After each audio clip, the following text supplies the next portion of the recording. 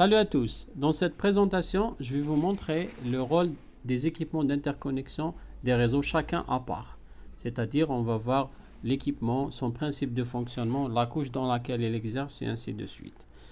Donc, nous allons voir tout ce qui est hub, switch, pare-feu, filtre de sécurité de manière générale, switch, répéteur, routeur, etc. Ne vous inquiétez pas, tout sera clair à la fin de la vidéo.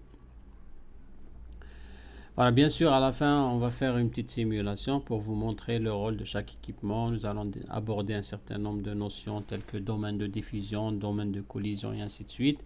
Donc, bien sûr, il faut concrétiser tout ça pour vous permettre de comprendre les différents termes et concepts utilisés dans cette présentation. Voilà, donc sur Internet, on retrouve plusieurs équipements d'interconnexion. Rappelez-vous, l'interconnexion, c'est des équipements qui permettent de relier des réseaux et des systèmes de réseaux industriels, réseaux personnels, entreprises, et ainsi de suite. On retrouve plusieurs. Donc l'objectif, c'est de voir le fonctionnement de chacun et de maîtriser ses différentes tâches par la suite.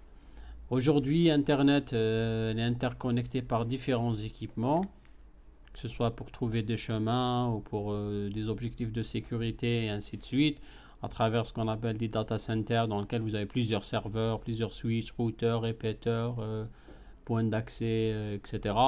Et donc, c'est pour vous dire que ce sont ces équipements d'interconnexion qui nous permettent justement d'avoir un réseau à très grande échelle avec un taux d'erreur qui est faible par rapport aux solutions précédentes.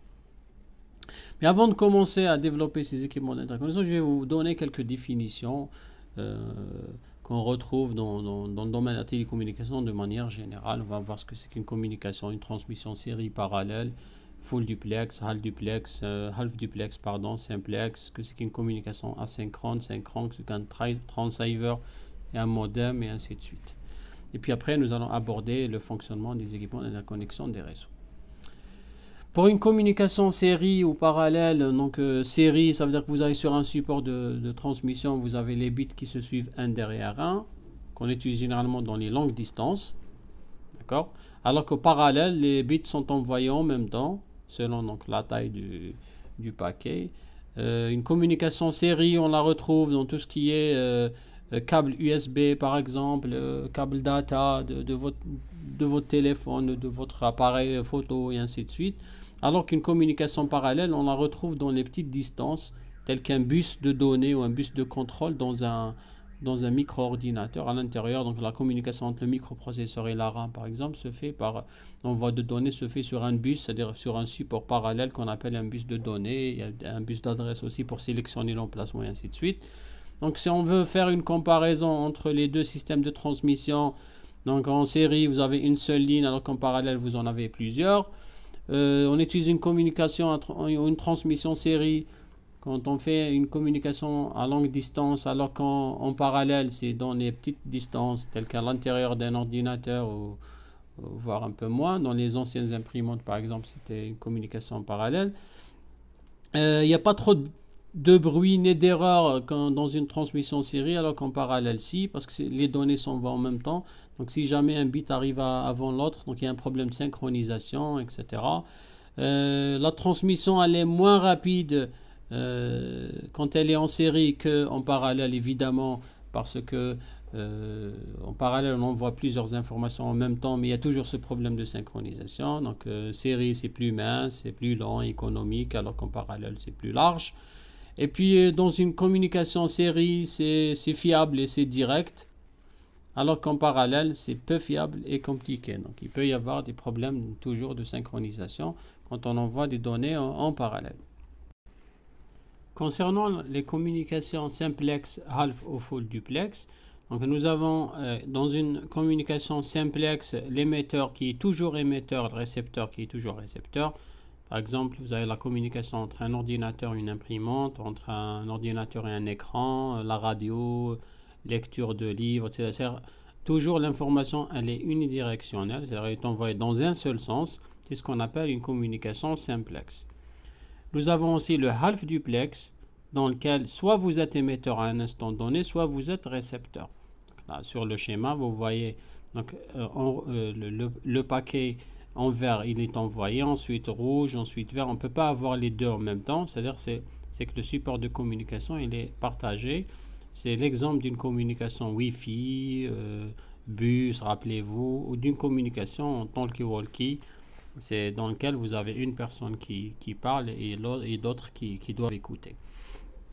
Voilà. Si les deux parlent en même temps, il va y avoir une collision, donc les messages seront perdus. Et nous avons le full duplex dans lequel on peut envoyer et recevoir en même temps. C'est l'exemple d'une communication téléphonique dans laquelle on peut parler et entendre en même temps, c'est-à-dire les informations vont en même temps dans deux sens différents. Donc simplex, l'information est dans un seul sens. Half duplex, soit émetteur à un instant donné, soit récepteur. Et full duplex, l'information est bidirectionnelle à un instant donné, c'est-à-dire qu'on peut envoyer et recevoir en même temps. Voilà. Et puis après, nous avons une communication synchrone et une communication asynchrone. Dans une communication synchrone, vous avez des envois de messages qui sont alimentés par une horloge. D'accord ? Donc vous avez un paquet de données qui est envoyé et ce paquet-là circule instantanément selon des topes d'horloge. Ça, c'est ce qu'on appelle un système de communication synchrone. Généralement, c'est des échanges en temps réel. C'est pour cela que vous avez l'horloge.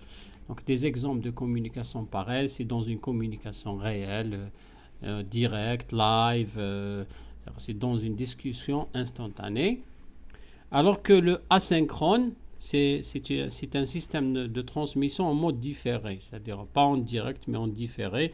C'est pour cela que quand vous envoyez un message, il faut dire que ça débute ici et ça se termine ici à travers des bits de départ et des bits de stop ou des bits d'arrivée pour délimiter l'envoi, le début et la fin d'un message. Et l'exemple, c'est un email. L'email, c'est un envoi différé, c'est-à-dire que ce n'est pas un envoi en temps réel. Voilà donc la différence entre une communication synchrone et une communication asynchrone. Après, nous avons le transceiver. Transceiver, ça veut dire transmetteur-receveur. C'est-à-dire envoi et réception de données. Donc, un transceiver réseau, ce qui nous intéresse dans notre cas. Donc, c'est un équipement qui se trouve entre le support de transmission, le câble par exemple, et votre machine. Alors, c'est lui qui permet d'envoyer des données sur le support et de recevoir des informations. L'exemple d'une carte réseau. Par exemple, dans une carte réseau, vous avez d'un côté une communication parallèle et de l'autre côté une communication série. Donc là, ça c'est le câble réseau. Le transceiver, il est au milieu. Donc c'est lui qui récupère les bits du parallèle, il les transforme en série et les envoie. Et à la réception, il fait le contraire. C'est-à-dire il reçoit série, il envoie en parallèle. D'accord ? Donc le transceiver, il permet de rattacher votre machine ou votre station, votre équipement au réseau de communication. C'est pour cela qu'on appelle transceiver pour transmetteur et receveur. Voilà. Et enfin, vous avez le modem. Modem, ça veut dire modulateur, démodulateur. D'accord ? Qu'est-ce que ça veut dire modulateur ? Moduler, ça veut dire faire communiquer des informations numériques, par exemple entre votre ordinateur et le modem à la maison, à travers un câble réseau par exemple. Donc l'envoi est numérique, d'accord. Moduler, ça veut dire le transformer en un signal modulé, c'est-à-dire un signal analogique. Ça c'est la modulation. À l'envoi, on fait de la modulation. Vous avez numérique, transformé en signal modulé, c'est-à-dire en signal analogique. Et à la réception, on fait la démodulation, c'est-à-dire qu'on reçoit un analogique, donc il est modulé, on transforme en données numériques et on reçoit sur ordinateur ou sur machine connecté à un réseau de communication données. D'accord ? C'est pour cela que votre démodulateur à la maison, avec lequel vous regardez des chaînes satellitaires, on l'appelle démo, c'est-à-dire démodulateur. Il fait que la démodulation, il ne fait pas la modulation. D'accord ? Voilà donc la différence entre un démodulateur, un démo et un modem qui fait les deux tâches, modulation et démodulation. Voilà donc le principe de fonctionnement. Donc nous allons par la suite passer à l'étude détaillée des équipements d'interconnexion des réseaux de communication.